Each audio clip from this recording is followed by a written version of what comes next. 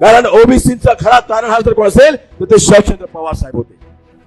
म्हणजे ज्या वेळेला शरदचंद्र पवार साहेबांनी माधव जानकरचा निर्णय घेतला आणि महाराष्ट्राच्या राजकारणामध्ये मंडल आयोगाच्या अंमलबजावणी शिफारसींची अंमलबजावणी करण्याचा हा निर्णय घेतला, त्याच वेळेला आसिफजी द्या ते आणून द्या, त्याच वेळेला या देशामध्ये एक असा पक्ष होता ज्यांनी या मंडल आयोगाला विरोध केला. मंडल आयोगाला विरोध केला. काय विरोध होता हा? ओबीसींना आरक्षण देऊ नका, Mandal is bundle, Mandal go back असे नारे देत ओबीसीच्या आरक्षणाला विरोध करणारा एकमेव पक्ष होता, तो होता भारतीय जनता पार्टी. आणि या पक्षाने अखंड देशामध्ये देशाचे नेते लालकृष्ण अडवाणी यांच्या नेतृत्वाखाली ही कमंडल यात्रा काढली होती. ही कमंडल यात्रा मित्रांनो, हे बघा, हे कमंडल, हे बघा, हेच ते महादेव जानकरची कमंडल होता, जी कमंडल यात्रा भारतीय जनता पार्टीने ओबीसींना विरोध करण्यासाठी राजेश भैया काढली होती. आणि आज म्हणतात की आम्ही ओबीसीचा डीएनए आहोत, ओबीसीचा डीएनए आहोत.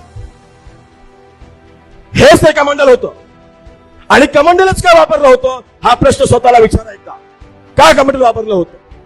जुन्या काळामध्ये चित्रपटामध्ये आपण हे पाहिलं आहे की ऋषीमुनींच्या काळामध्ये अशा प्रकारचं कमंडल वापरलं जायचं, अशा प्रकारचं कमंडल वापरलं जायचं. आणि काय व्हायचं?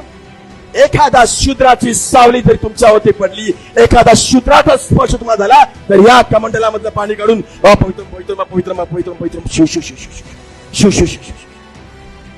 काय होता याचा अर्थ? शूद्र.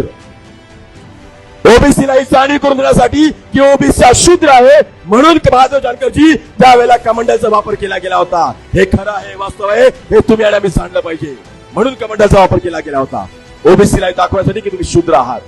आणि तुमच्या शूद्राला त्याच्या बाप जन्मामध्ये म्हणजे या शूद्राला त्याच्या उभ्या आयुष्यामध्ये कधी आरक्षण मिळता कामा नये यासाठी भारतीय जनता पार्टी यांनी आता सरला होता, रस्त्यावरती उतरली होती. दगडफेक आंदोलन, जाळपोळ, निषेध, ठिय्या आंदोलन, त्या ठिकाणी मोर्चे काढले गेले होते आणि म्हटलं होतं की या ओबीसीला आरक्षण देऊ नका.